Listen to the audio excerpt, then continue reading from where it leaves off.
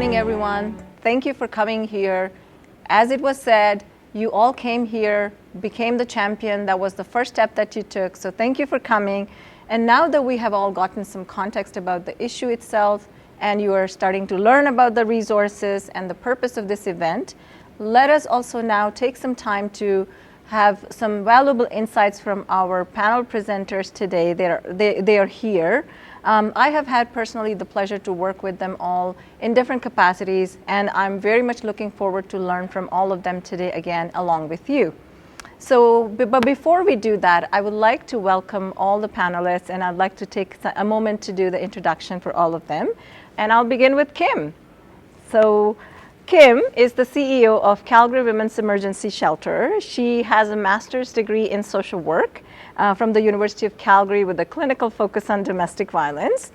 Kim has led Quest, which is Calgary Women's Emergency Shelter, to develop and/or champion many of the innovative programs and services based on violence prevention programs.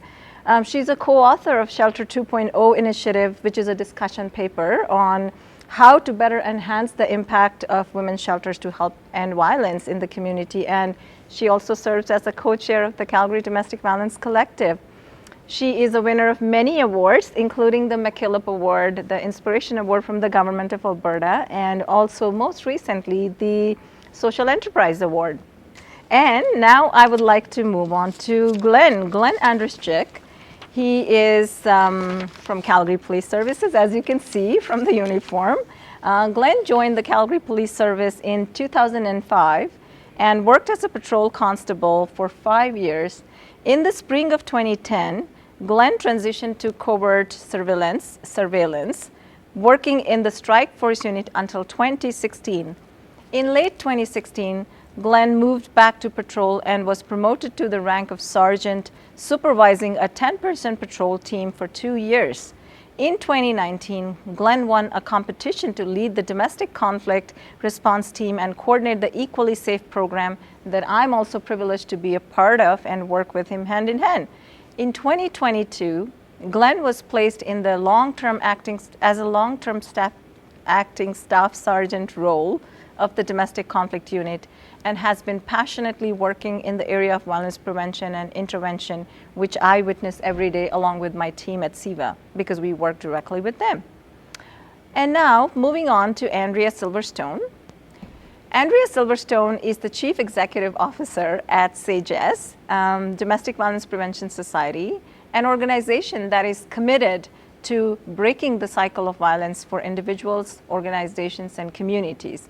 Andrea is a registered social worker and is a very passionate sector leader, a mediator, a collaborator, and an advocate when it comes to the development of and implementation of innovative programs and that addresses bullying, violence prevention, and domestic abuse, all with a very community-centered approach.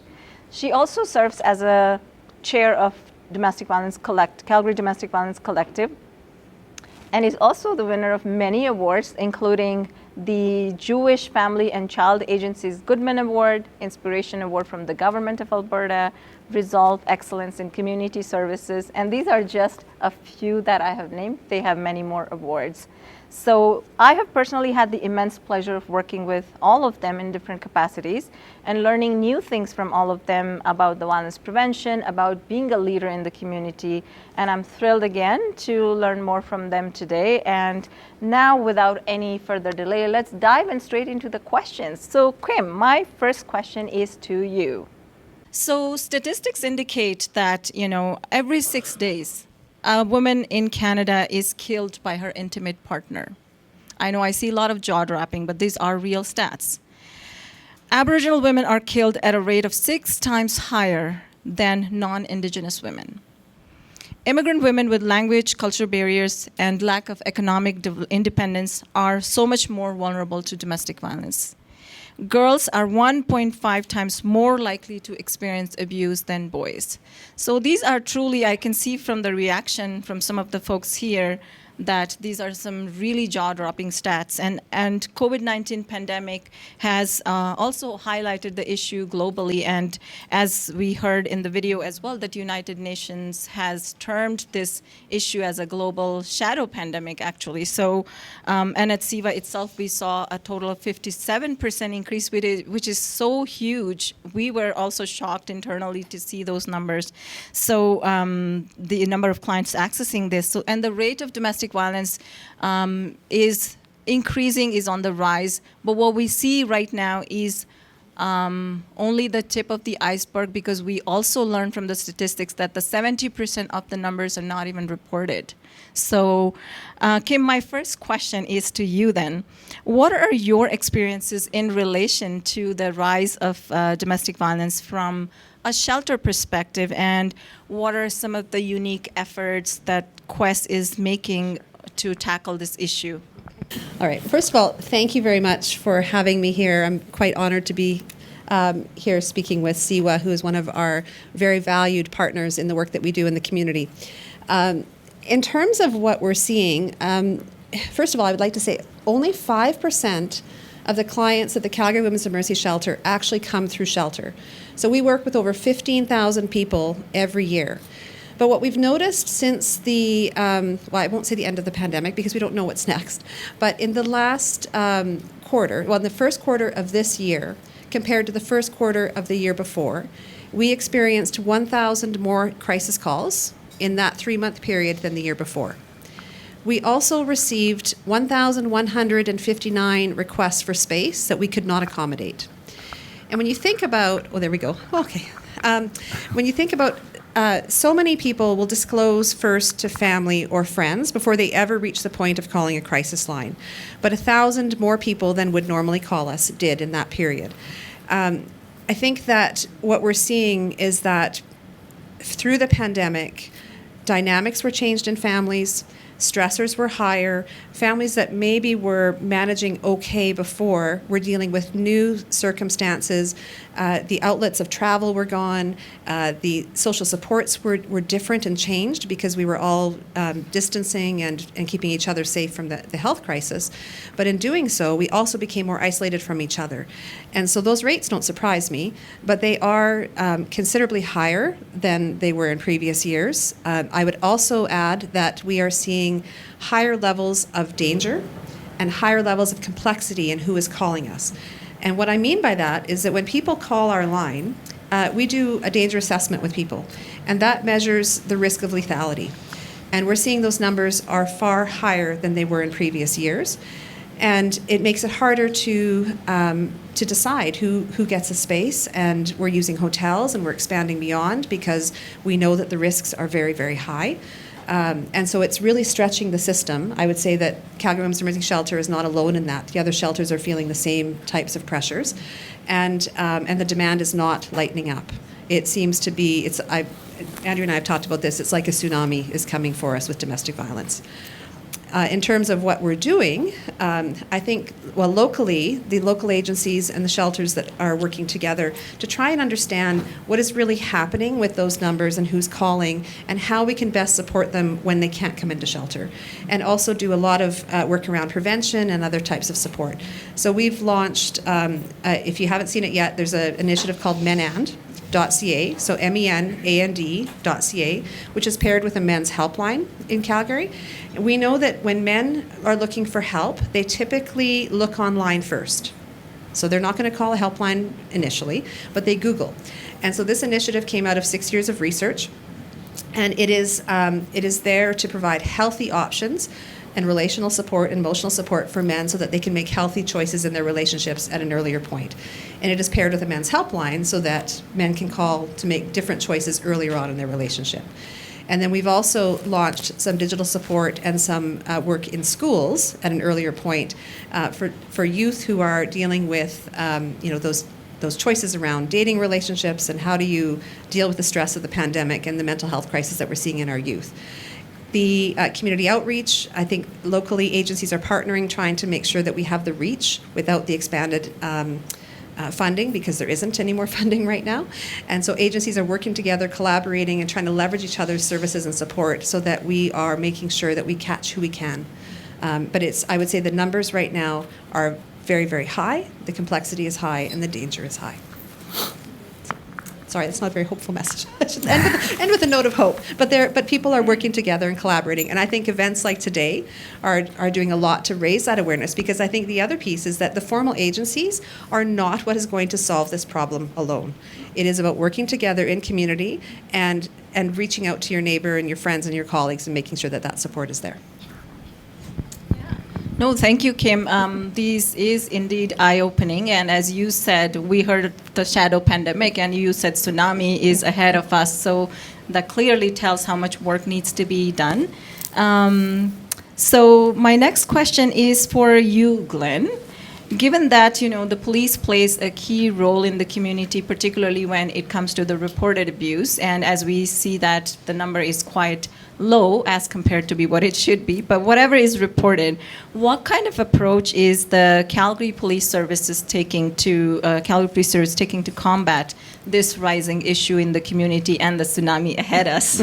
Thanks, Rekha, and thank you for having us here today. And just listening to those bios before we started, I think I'll try and win an award before we come back next year. Kind of got trumped. But we're honored to be here. And one of the things, Calgary Police Service, we've led for several years now in our approach to combating domestic violence. And that starts with education right off the start when our recruits are in class. They get extensive training about domestic violence, and so they're prepared when they go out and they answer calls. Last year we had 19,731 domestic violence calls in the city. So they also get experience very quickly when they're out in patrol. After we go out and we interact with families and use that training to recognize the signs of domestic violence, even though they might not be apparent when we arrive. We go through a very robust risk assessment process similar to Kim, and we're able to direct families to the places that they need help. More importantly, though, today, as you can see on the screen back there, we have our Equally Safe program that we've partnered with. So in 2019, we decided to go from being reactive to domestic violence to being proactive and trying to prevent further domestic violence and stop it before it happens. We partnered with Andrea at SAGES, and we're able to come up with our 5 partnerships with the Awatan Healing Lodge, the Kirby Center, Calgary Women's Emergency Shelter, CIWA, and the YW, to form a partnership where we share the information that we're getting from the community and when we go out to those calls, and we're able to pass that information on to our partners who are able to provide direct supports to the families to help them prevent further violence in the home. We've also targeted the perpetrators in that program, and so that we're reaching out to give them supports as well, to be able to show them that they what their actions are doing and how it's affecting their family. And so we're not out there to be the police and always arrest them. We're there to provide support to them and hopefully change their ways. No, thank you, Glenn, for sharing. This is so inspiring to see that the Calgary Police is shifting its approach from working on its own to a very community-based model, as he talked about the Equally Safe. And we are working hand in hand again daily with them, so to see how much the mutual exchange of the resources, how much police is also open to learn from the community partners. So that is truly inspiring, Glenn. Now, my question is for you, Andrea. Based on what we heard from Glenn and Kim, and given the fact that this issue cannot be tackled by 1 or 2 organizations or even a sector by itself or a system by itself, what is your take on this from a cross-sector collaboration point of view and all the great work that you do? Thanks so much, Rekha. First of all, I just want to acknowledge all the great work that all three of my co-panelists are doing, because Rekha, you're part of that team of the collaborative work that happens. So one of the things that we know about domestic abuse is it's this complex, pervasive issue in society with these root causes that we actually probably don't really understand. We know that some of them are about equity and about gender-based violence, but we also know that it's also about all of these needs the structural needs that we need met in society around our economic prosperity, around housing, all of those sort of things. And so given that, I would suggest that what domestic violence is a complex issue, also sometimes known as a wicked issue. And so each of our organizations do really great work individually working with clients to help them to move beyond their abusive experiences or to address them. And then I would suggest that programs like Equally Safe are amazing because they collaborate and we work together to try and catch people as they're falling over the waterfall, but we've now, instead of catching them one at a time, we have a net and we're catching everyone together. But what we haven't figured out is how to build some sort of barrier at the top of the waterfall to stop people falling over in the first place. And that's what cross-sector collaboration is. And to me, it's actually just not cross-sector, it's societal collaboration. So what Say-Jess is committed to is to holding space for convening and gathering all of the people we need together in the room to make sure that we figure out how to build those barriers at the top of the waterfall so that domestic violence disappears from society. And so some of the ways that we know that we need to do that, one is through cross-sector collaboration. Every single organization that intersects with domestic abuse needs to work together to figure out how are we going to prevent domestic violence from happening, interpersonal violence, gender-based violence. But it's not just us, the sector. We also have to invite business in because they're also part of it. We heard that, and I loved the video that you had at the beginning because businesses are a part of that work. HR people are a part of that work. And then we also know the systems, right? We talk about universal financial benefits. We talk about, you talked about putting people in hotels. Emergency social services pays for that, and that's part of that system. And so we need to make sure child welfare, all of those systems are working together, also in a preventative way. And then society, everyone sitting in the room here, we all have a part to play in eradicating and addressing domestic violence. One of the programs that Say-Jess has is called Real Talk, which is a program where we know that the most effective people in addressing domestic violence, because they're the people who are told about the issue, are friends and family members, confidants. 80% of people who are experiencing violence first tell a friend or family member, and we don't have good stats around it, but I would say that probably 60 to 70% of people who are using violence first tell a friend or family member. And so we need to make sure that friend and family know how to recognize domestic violence, empathize, ask the right questions, and just listen. And we know that if they do that, they can be partners in eradicating domestic violence. And so I think it's both cross-sectoral, but it's cross-society as well. And so I think if we do all of those things together, we are going to figure out what's happening at the top of the waterfall. We are going to be able to start creating those barriers so people don't fall over. All of us in this on this panel are part of an initiative called Impact, which is a provincial collective impact initiative that's working with the government of Alberta and the University of Calgary to build an Alberta primary prevention plan to eradicate domestic and sexual violence. My hope is that in 30 years from now, we'll be having a conversation about how we did it, not the pervasiveness of the issue. But I think we have to be really aware that between now and then, we do have a tsunami coming. COVID has had a massive impact, and we have to invest to make sure that we continue to do the work of catching people at the bottom of the waterfall. Thank you, Andrea, for definitely sharing what is already being done and what could be done and the great work that's happening with the community and what it takes. So I know it was not a part of my question, but I'm so tempted to ask, what is one piece of advice that if you were to give to all the people in this room, the champions that are already here, to what taking that step forward could look like for them to be a part of the solution? So maybe I'll pass it all around to each of you. Sure. Maybe I'll start with Kim. Sure. I would say, so Andrea mentioned Real Talk, and Quest also offers a program called Take a Stand. I would say one thing that you could learn is how to be a great social supporter and responder. And Andrea also mentioned how people disclose to friends and family first. That first contact will help determine the help-seeking behavior of that person. So how you respond is actually incredibly important. So if people feel supported and understood and believed, they will carry on with their help-seeking behavior.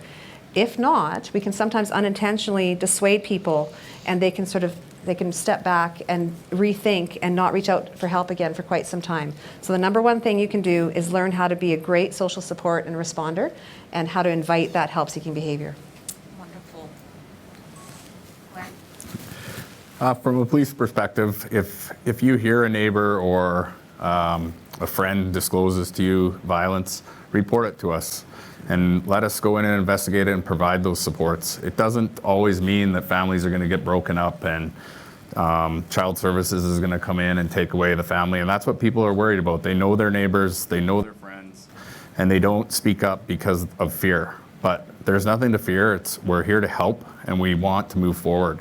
So please report if you know of someone that's been involved in domestic violence or you hear it in your community.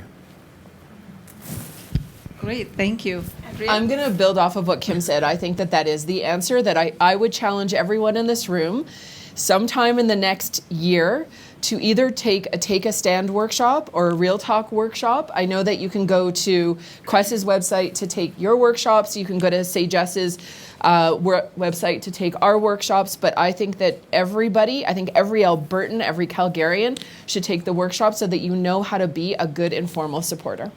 Thank you, all of you, for your expert tips and advice. And my tip would be that, tap into agencies like CIWA. We have multiple other agencies in the room that they are also doing excellent community work in the area of domestic violence prevention. So as Glenn said, report or connect to the agencies like this. It doesn't mean that the families are breaking. I would like to really reiterate that message, because that is the biggest fear we see around. Because there are agencies like all of us here in the room working directly hand in hand with the police to make sure that the families who want to stay together, but the men in the process are also, or the perpetrators in the process, are engaged in education and awareness, and the families are not broken. So we engage the whole family as a unit now to really make sure that we are able to resolve and respond, not react. So that is my tip. I would leave everyone with that today. So on behalf of CIWA and myself and all of us in the community, I would really take this moment to thank all three of you for taking the time to come this morning and sharing all the expert insights, and also doing great work and inspiring all of us to continue doing the great work. So thank you, all of us, to all of you. Thank you. Thank you. Reka, can I just say, because CIWA didn't get an opportunity to talk about, I think, the work that they're doing, that CIWA does amazing work in the community. I think that the reach that you have in the communities that you reach into is truly inspiring. And I can tell you, and I think I speak for everyone on the panel, we're so glad to be partners with CIWA.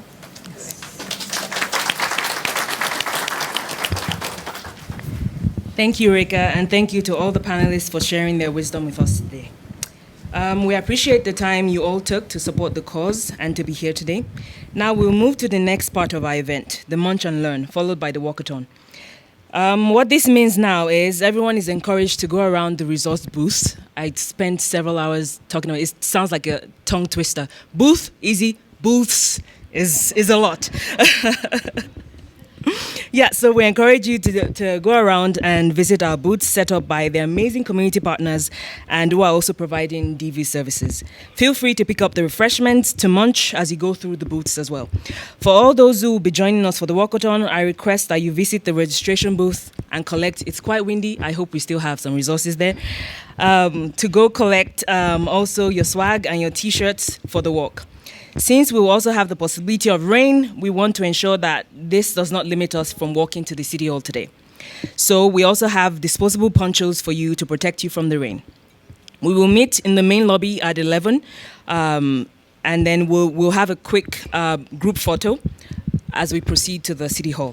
For those who choose not to participate in the walk, please feel free to stay back here at the resource fair, enjoy the refreshments, and take the opportunity to learn about the resources and connect with services at CIWA and with our other community partners. Before we disperse, I would like one last time to invite Rika Gadia for one more time for closing remarks. Thank you, Ayo, for all the detailed instructions, for sure. So with this, now we come to the end of our presentation part. And as Ayodeji mentioned, that we have all these wonderful booths here to learn about the resources. So I thank you all for coming as well, taking this time today to make this a priority to learn about the resources. And I'm sure as you walk out of here, this room today, you will be equipped with so much more knowledge and resource, and even the actual contact numbers where you can connect families and who to connect, what to do. So I'm sure you will learn a lot about that. And so I really thank you, all of you, for doing that. And this is how we will all collectively break the cycle of violence. So, and I would also like to take the opportunity to thank the Government of Canada who funded this initiative. So we are able to do this kind of work. All our panel presenters once again, and also the wonderful agencies that are here today to showcase the resources that they have and share the resources for everyone to take away with them. And Gil from Day One Media, as you saw, the storyteller in the video. So although he is from Day One Media making the videos, but he's also been a wonderful storyteller, has been a very passionate promoter of the gender-based violence prevention message. So thank you, Gil, and your entire crew for everything that you do with us as well. And the team here at CIWA at the end for all the kind of supports and efforts and that they have done in the past few days and every day they do to make this work really happen and to execute these projects. So every single one of you, thank you so very much. And Ayodeji definitely for taking the lead on this project. So thank you. At the end, I would like to just request everyone to stand and maybe put your right step forward, just as a significance to make sure that we are all understanding that we are all champions and we will be taking this step forward. And I want you to say with me, let's walk together. Let's walk together. Take a step forward. Take a step forward. All right, that's what it is. And I'm so happy that you took that step forward. Thank you so much.